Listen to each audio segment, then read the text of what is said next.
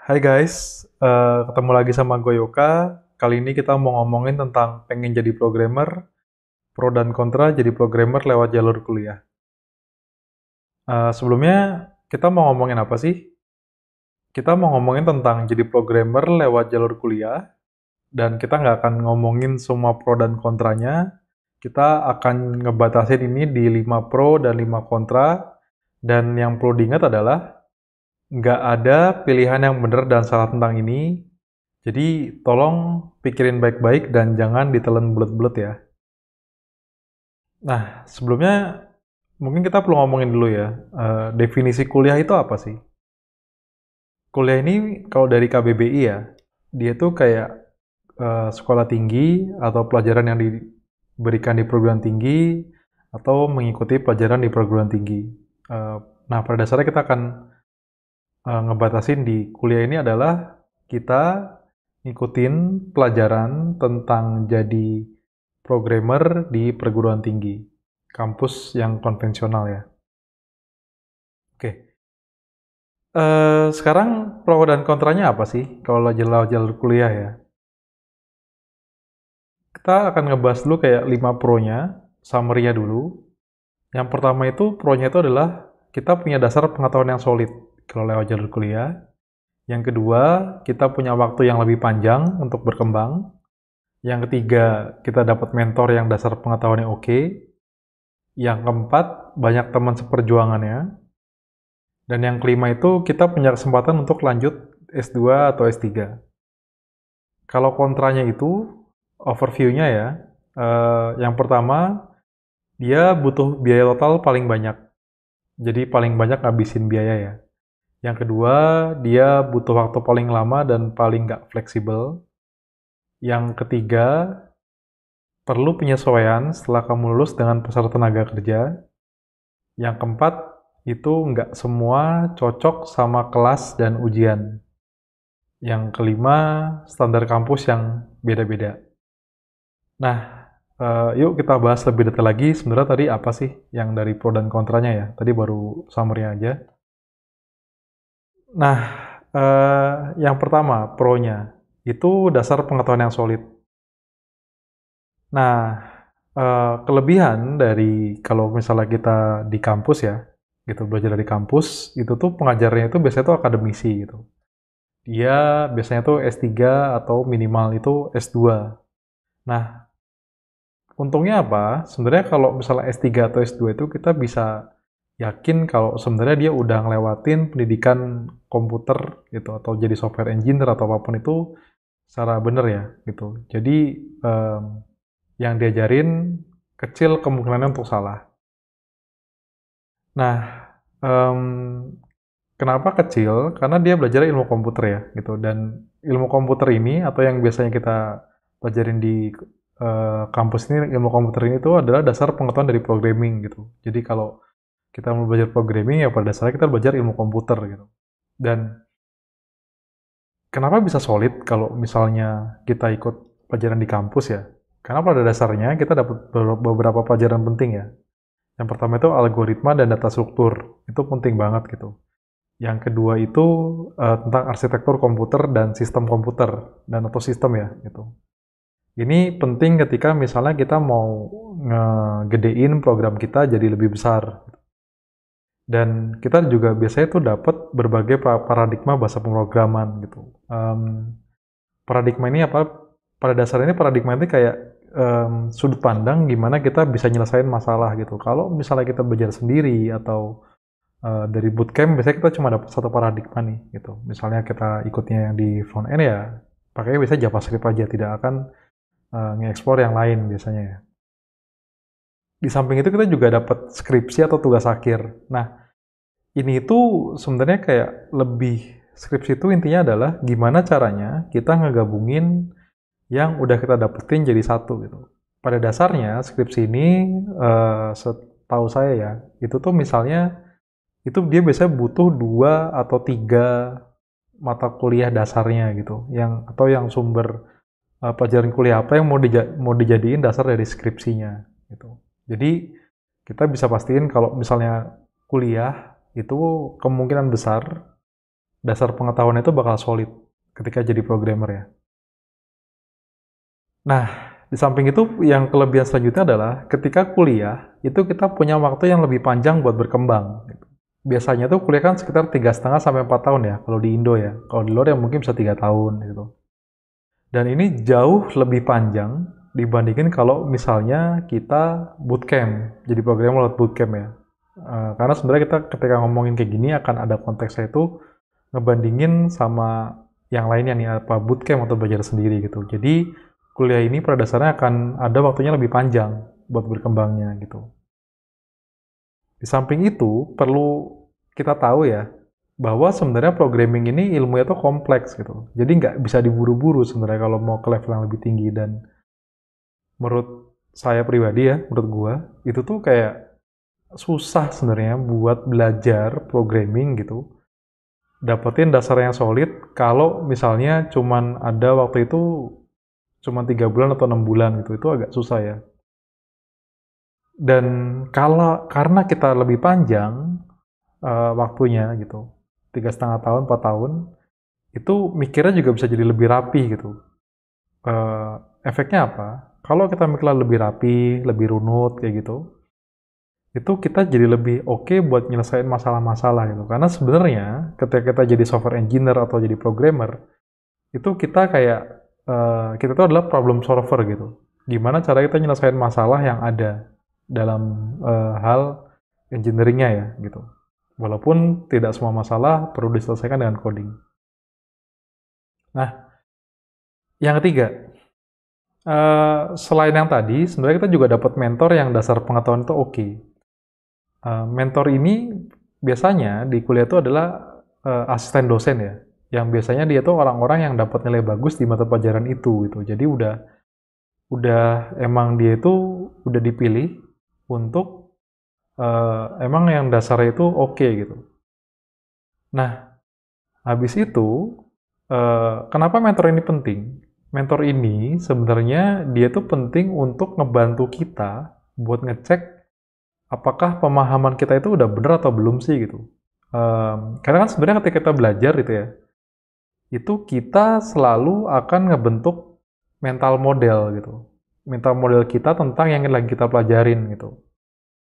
Biasanya kesalahan itu terjadi karena mental modelnya itu beda sama yang harusnya um, kita dapetin gitu misalnya. Misalnya kita lagi belajar tentang for loop gitu misalnya, atau belajar tentang bahasa pemrograman something ya gitu, sesuatu bahasa pemrograman, terus mental model itu sebenarnya pakai yang dia itu kalau itu pakai yang fungsional gitu, tapi ternyata kita mikirnya mesti kayak yang di OOP gitu misalnya, OOP, Object Oriented ya. Ya ini bisa jadi salah, dan sebenarnya dengan adanya mentor ini itu akan ngebantu kita kayak kita udah bener sih, udah bener atau belum ya buat pemahaman kita itu gitu. Dan dia akan juga ngebantu kita biar tahu penerapan dari yang kita pelajarin ini bener apa enggak sih, kayak penerapannya gimana ya, kita udah belajar satu teori nih gitu, ini penerapannya kayak gimana sih, jadi kayak lebih nempel aja gitu pengetahuannya gitu di sana. Yang keempat kelebihannya itu banyak teman seperjuangan. Jadi sebenarnya kalau kuliah itu biasanya tuh banyak teman-teman yang sama-sama lagi belajar ya. Satu jurusan itu biasanya tuh bisa punya kayak puluhan sampai ratusan orang ya satu jurusan ya. Dan kalau orangnya sebanyak itu kemungkinan kita buat kayak lebih kesepian itu lebih kecil gitu dibandingin yang lainnya ya. Dan teman ini sebenarnya penting. Kenapa? Karena selain mentor gitu ya, selain mentor yang bertugas untuk ngecek progres kita, teman ini juga bisa bantu kita buat ngecek progres kita itu kayak gimana sih gitu. Misalnya kita mau ujian atau mau ada pelajaran apa, kita bisa saling ngecek, ini sebenarnya kayak gini nggak sih? Sama nggak sama yang lo tangkep gitu. Jadi bisa saling bantu itu dan bonusnya sebenarnya itu kita bisa punya banyak koneksi buat masa depan gitu. Misalnya kita udah kerja, kita punya banyak koneksi, jadi kita mau pindah ke tempat lain lebih gampang, atau kita mau ngebuka jalur yang baru itu lebih gampang gitu. Dan kemungkinan besar ya kalau misalnya kita kuliah itu sebagian dari teman kita di kuliah itu bakal jadi teman dekat kita ke depannya sih. Biasanya Ada aja beberapa orang yang emang kita kontak-kontakan terus gitu dan berteman terus gitu, dan itu jadinya ya enak sih. Jadi di samping itu ada lagi yang kelebihan yang kelima itu adalah kesempatan buat lanjut ke S2. Nah, kenapa kita perlu lanjut S2 ya? Karena kadang-kadang ada ini tuh S2 ini diperluin untuk kita masuk ke perusahaan teknologi gede gitu ya misalnya, yang untuk bidang-bidang yang sifatnya akademis. Misalnya, waktu itu pernah ngelihat tentang lowongan itu programming language design. Jadi dia kayak ngedesain bahasa pemrograman gitu. Itu biasanya tuh dia butuh S3 gitu. Atau emang pengalaman yang setara dengan S3 gitu di bidang programming language. Ini biasa agak susah ya kalau buat dapetin itu di pekerjaan ya. Tapi sebenarnya tanpa itu kita bisa ngeganti dengan lama pengalaman kerja yang sepadan buat bidang itu. Jadi misalnya kita mau ke programming language design, itu biasanya mereka ya mintanya saat di S3 ya, berarti mintanya 10 tahun pengalaman di bidang itu gitu. Bisa, cuman ya ini mungkin lebih enak aja gitu ke S2 ke S3 ya. Atau kalau selain itu juga bisa kayak kalau misalnya kita mau ngerasain hidup di luar tapi nggak jadi profesional gitu ya. Profesional itu dalam arti kita di luar, hidup di luar nyobain dan tapi nggak kerja gitu. Ini juga bisa jadi kesempatan yang bagus kalau misalnya kita kuliah, kita bisa dapat kesempatan untuk S2 atau S3 di luar gitu. Nah, tadi kan positifnya ya. Negatifnya itu apa aja sih? Negatif itu yang pertama, em, ini tuh butuh biaya total yang paling banyak ya. Biaya itu sebenarnya nggak cuman untuk biaya pendidikan aja, tapi ada biaya tempat tinggal, ada biaya hidup sehari-hari gitu. Kalau di total, ini tuh sebenarnya bisa kayak puluhan sampai ratusan juta sebenarnya. Karena buat 3,5 sampai 4 tahun ya. Misalnya kuliah berapa sih? Satu semester ada yang 5 juta, ada yang 10 juta gitu kan. Satu semester. Tapi kan ada yang buat biaya hidup sehari-harinya ya. Dan ini lebih mahal sebenarnya dibandingin biaya bootcamp. Totalnya ya gitu. Yang kedua, biaya itu tidak cuma yang kita bayarin, tapi juga ada opportunity loss gitu, atau kesempatan yang kita hilang gitu ya. Dalam hal ini, sebenarnya kalau misalnya bootcamp atau otodidak ini, sebenarnya itu bisa dapat kerja yang lebih cepat loh, gitu, dibandingin sama yang kuliah ya. Dan ketika kita kerja makin cepat, kalau emang kita rajin belajar terus ya, gitu, itu pertambahan gaji itu makin lama makin gede dan itu akan makin nambah. Dan perlu diketahui juga sebenarnya kayak kuliah itu mungkin lebih gede dibandingin pekerjaan paruh waktu gitu. Pekerjaan penuh waktu ya, full time. Karena coba gini, misalnya kita ada 144 SKS ya, biasanya ya, gitu. 144 SKS itu buat 4 tahun. SKS ini sebenarnya kayak sistem berapa banyak poin di kuliah yang kita harus habisin biar kita dianggap lulus gitu. Nah,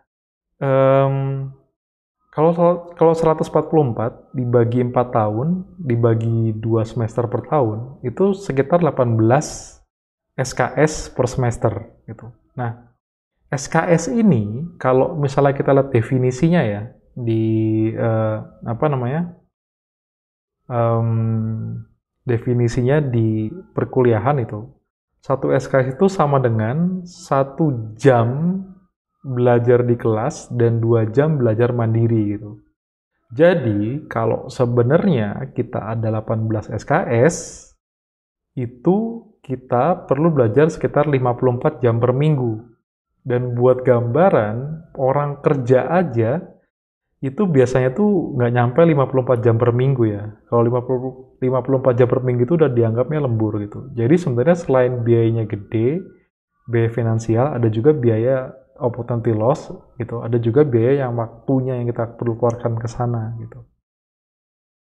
Yang kedua, kontranya itu adalah dia itu butuh waktu yang paling lama dan nggak fleksibel. Gitu. Udahlah dia 3,5 sampai 4 tahun, ya itu lama ya. Kemudian jadwalnya itu juga nggak fleksibel ya, terutama yang di kampus yang cara pengajaran itu konvensional. Nggak fleksibel itu gimana? Karena pada dasarnya dia ngeblok waktu kita itu 18 jam per minggu di jam itu gitu. Dan itu biasanya kita nggak bisa nawar ya, kita kapan mau ke kelasnya gitu. Yang bisa dilakukan paling kayak, oh ya udah kita ngambil dosen yang ini atau pelajaran yang ini dulu biar nanti jamnya itu bisa diatur. Tapi pada dasarnya itu kita harus ngeblok waktu 18 jam per minggu minimal buat datang ke kelas gitu. Yang artinya kalau kita datang ke kelas ya berarti agak nggak fleksibel ya, walaupun itu dari rumah gitu. Nah, di samping itu yang kontra yang lainnya adalah kayak setelah kita lulus, kita itu mesti perlu penyesuaian dengan pasar tenaga kerja gitu. Karena walaupun kita punya dasar pengetahuan yang solid ya, yang tadi dibilangin ya, tapi kita tetap butuh sebenarnya penyesuaian sama pasar tenaga kerja gitu. Karena gini, sebenarnya ketika kita kuliah ya, itu kita sebenarnya tuh kayak diajarin gimana sih caranya kita ngebuat gedung itu yang tinggi, yang kuat, yang rapih gitu kan. Gimana caranya kita bisa ada gedungnya permintaannya kayak gini, nanti kita bikinnya kayak gimana caranya gitu. Gedungnya yang modelnya kayak gini tuh kayak gimana gitu. Sementara di dunia kerja ini kalau misalnya kita mau ngebandingin ya, itu biasanya yang dibutuhin tuh nggak buat kita bikin program yang gede gitu. Tergantung kebutuhan bisnisnya ya. Gitu. Bisa jadi yang waktu awal-awal disuruh itu adalah kita bikin warung tahu gitu. Dan cara bikin warung tahu itu sebenarnya beda banget. Ketika bikin warung tahu ya mungkin kita biar gimana caranya kita dapat customernya dulu, terus kita kembangin pelan-pelan gitu misalnya. Jadi mesti perlu penyesuaian lah, apa yang bisa dipakai di sana, apa yang dibutuhin di sana gitu. Dan selanjutnya yang kontranya lagi adalah atau kekurangannya itu sebenarnya nggak semua orang cocok sama sistem kelas dan ujian gitu. Kenapa nggak semua cocok ya?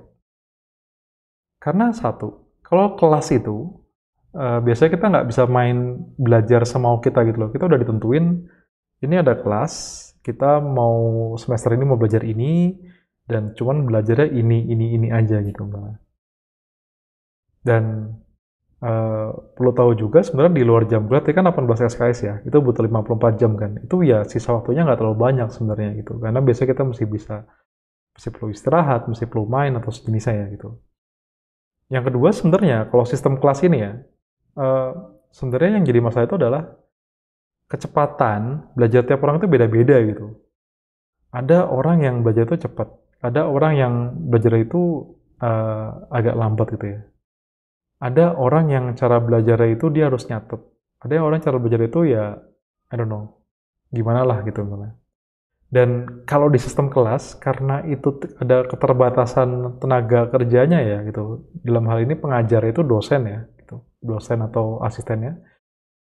Ya akhirnya dia akan dirata-ratain aja gitu malah. Yang kira-kira nyaman itu garis tengahnya itu yang mana gitu. Yang kira-kira dengan kecepatan segitu, yang lulusnya itu paling banyak gitu ya. Jadi bisa jadi ya ada orang yang emang keberatan atau kayak gimana gitu. Dan selain tadi yang kelas tadi, sistem kelas itu nggak semua orang cocok sama sistem ujian ya. Karena ini contohnya kayak gue pribadi ya gitu. Gue ngeliatnya kayak, aduh capek banget nih ujian ini, pressure itu tinggi satu. Dan dia tuh kayak semuanya tuh dalam satu waktu gitu. Nilai kita ditentukan oleh si ujian itu gitu. Padahal sebenarnya ya di dunia nyata ini itu tidak semuanya itu close book gitu ya. Ada juga di dunia itu sebenarnya kita boleh pakai semua sumber daya yang kita punya gitu. Dan tidak serta-merta kita sekali gagal ya gagal. Tapi biasanya di kehidupan itu kalau dari pengalaman ya selalu ada kesempatan kedua sebenarnya untuk hal-hal yang sifatnya kerjaan atau sejenisnya gitu. Jadi ya cocok-cocokan sebenarnya nih. Nggak semua orang cocok sama sistem ujian ini. Jadi kalau kamu mau itu ya pastiin cocok sama sistem ujian. Nah, yang kelima itu tuh adalah standar kampusnya tuh beda-beda sebenarnya. Di Indonesia, sayangnya itu yang termasuk yang standar bedanya itu kerasa banget. Ada kampus yang nggak jauh beda sama MIT kurikulumnya gitu. Nggak mau nyebutin kampusnya yang mana ya. Gitu. Kalau penasaran sama materi MIT-nya, ini bisa dilihat di MIT OCW, OCW gitu ya. Itu bisa di-search di internet gitu. Tapi ada juga kampus-kampus yang pelajaran ilmu komputernya itu asal lewat aja gitu. Cuman kayak ya udah ini ada pelajarannya, cuman buat diketawain doang gitu. Dan perlu tahu ya, kalau kita bisa bikin aplikasi atau ngoding, bukan berarti ilmu komputer itu bagus gitu loh. Karena ngoding ini sebenarnya kayak apa ya? Kayak aktivitas kayak ngebuat pabrik tahu tadi gitu loh. Bukan berarti kalau kamu bisa bikin pabrik tahu, kamu bisa gedung tinggi, bisa bikin gedung tinggi gitu. Nah, ini jadi masalah sebenarnya. Udahlah lama, tapi ilmu komputer itu nggak bagus gitu. Dan ilmu komputer ini bakal diperluin banget kalau mau naik ke level senior atau level yang atas, standar atas gitu. Nggak bisa enggak.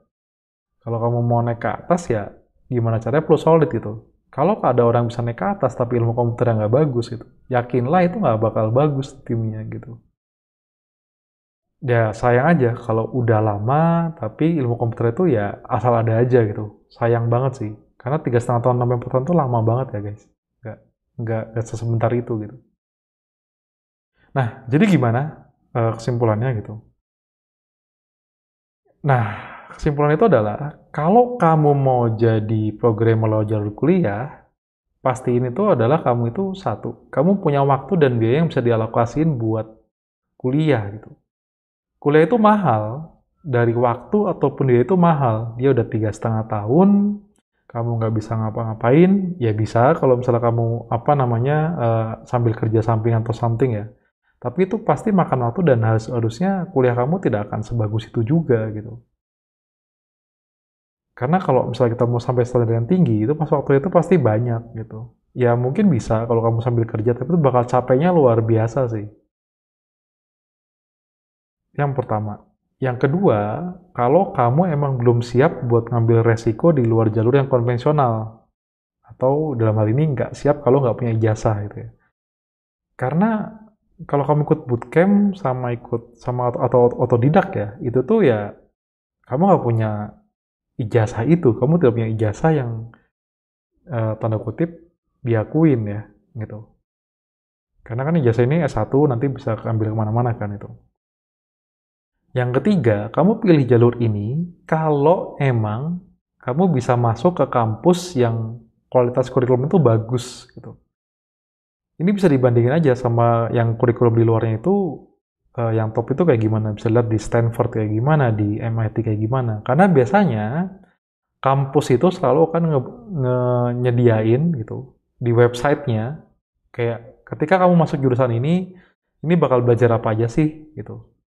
Semester 1 belajar apa, 2 belajar apa, 3 apa, sampai seterusnya lah gitu. Terus harus ngambil kuliah itu apa aja gitu. Gimana cara biar lulusnya, sebelum itu harusnya ada gitu. Kalau nggak ada, ya jangan masuk gitu.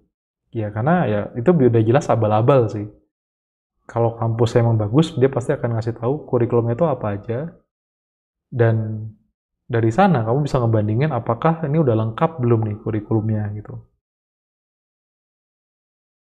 Oke, selanjutnya, jangan pilih jadi programmer lewat jalur kuliah itu kalau apa? Pertama, kamu nggak punya waktu dan biaya yang sebanyak itu gitu. Kamu bayangin, yang kayak tadi udah dibilang ya, 3,5 sampai 4 tahun waktu kamu itu di blok 40 jam lebih per minggu nggak pakai pemasukan gitu.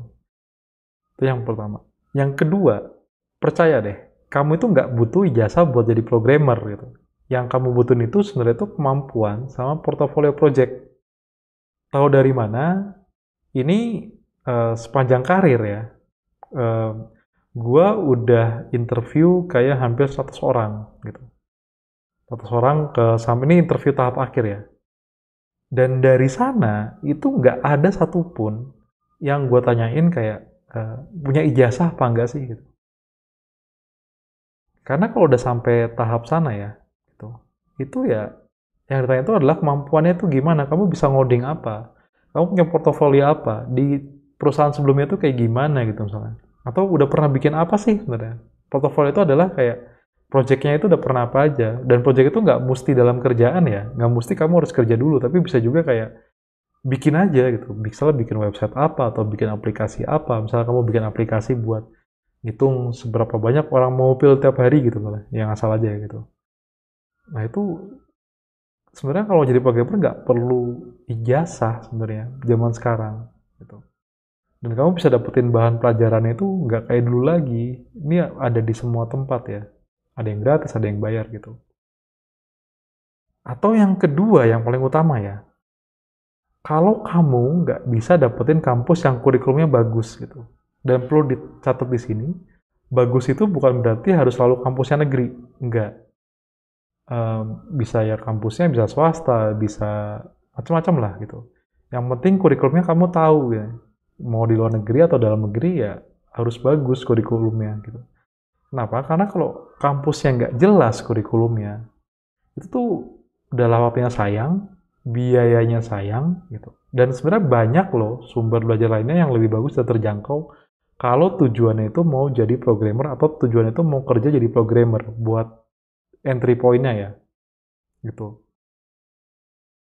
Nah, oke, tadi ada kapan kamu harus milih lewat jalur programmer, kapan kamu mau pilih lewat jalur kuliah gitu. Kapan sebaiknya enggak. Sekarang ada tipsnya deh. Yang pertama, kamu harus sadar kalau milih jalur kuliah ini, kamu ini milih jalan yang paling panjang buat jadi programmer gitu. 3,5 tahun sampai 4 tahun itu panjang ya gitu. Yang kedua, ketika kamu mau kuliah, ketahuilah bahwa IP itu penting buat kamu. Terlepas dari apapun kata orang ya. Kenapa? Karena sebenarnya IP itu akan nunjukin seberapa adaptif dan konsisten kita dalam belajar gitu. Dalam ngambil ilmu yang tadi ya. Yang ketiga, kalau kamu memang udah masuk sana gitu, dapat pelajaran yang beragam di sana ya pasti ya gitu. Nggak cuma buat yang coding doang, tapi juga pelajaran dasar yang lainnya. Yakinlah bahwa pelajaran itu nggak sia-sia guys gitu. Tidak semua hal yang kita pelajarin itu punya dampak langsung ke kita, tapi itu akan ngebentuk kita jadi pribadi yang lebih baik, punya pengetahuan yang lebih baik, dan ke depan itu pasti akan kepake. Contoh, ngomongin tentang manajemen gitu. Apakah ketika kamu jadi programmer, manajemen akan langsung pakai? Ya, jawabannya tergantung manajemen apa dulu ya. Tapi bisa jadi nanti ketika kamu udah agak lama, itu baru mulai kerasa tuh, oh ternyata dulu pernah dapet teori yang kayak gini nih, gitu. Tentang manajemen, tentang bisnisnya, dan itu bakal kepake banget. Jadi ya, yakinlah, kurikulum itu dibuat itu nggak serta-merta ngasal gitu loh. Tapi bener-bener kayak, ini kurikulum ini dibuat karena diyakini ketika belajar itu nanti akan ada manfaatnya di masa depan untuk jurusan yang kamu pelajarin. Yang keempat, eh, kalau kamu nanti berorganisasi di kuliah, bisa ikut BEM, badan apa sih, badan eksekutif mahasiswa atau sini saya, pastiin itu tuh ya seperlunya aja gitu, misalnya jangan terlalu lebay di sana. Dalam artinya gini, percuma aja kamu organisasinya kencang tapi ilmu programming itu cuma asal lulus ya. Ini ingat konteksnya itu adalah kalau kamu mau jadi programmer ya. Kalau kamu nggak mau jadi programmer ya itu urusan lain gitu. Programmer ya artinya kamu harus punya dasar di programming. Kalau kamu mau jadi manajemen trainee ya itu hal yang beda gitu. Kalau kamu mau jadi politikus ya itu hal yang beda gitu. Tapi ketika kamu jadi programmer ya organisasi seperlunya aja gitu. Jangan sampai kamu organisasi tapi nanti ilmunya keteteran gitu. Yang kelima, please enjoy your time. Nikmatin kamu ketika kuliah gitu. Explore banyak hal di sana. Terus bikin koneksi sebanyak-banyaknya dan sejujur-jujurnya ya. Jadi koneksi sejujurnya itu misalnya ya berteman yang tulus gitu. Karena sebenarnya ini nanti jadi berharga banget ke depannya waktu kuliah ini. Kalau kamu bisa nikmatin, kamu bisa mengeksplor banyak hal di sana itu akan enak banget, guys. Dan yang keenam, itu yang terakhir ya, jangan lupa buat pelan-pelan bikin portofolio buat ngelamar kerja gitu. Walaupun kamu punya ijazah, ingat Yang akan bikin kamu di-hire itu kemampuan kamu buat programming. Termasuk salah satunya kemampuan kamu buat ngedemonstrasiin kamu udah pernah bikin project apa di programming gitu. Itu tipsnya kalau emang kamu mau lewat jalan kuliah ya. Akhirnya ya semuanya itu ada di kamu pilihannya gitu. Nggak ada satu jawaban atau pilihan yang sepenuhnya itu benar, guys, gitu. Dan pikirin baik-baik, jangan diambil gitu aja, itu yang tadi saya omongin gitu. Semuanya itu nggak ada yang benar, nggak ada yang salah. Ya, semoga tadi bisa membantu ya, walaupun sedikit banyak. Oke, guys, sampai ketemu lagi episode berikutnya. Dadah.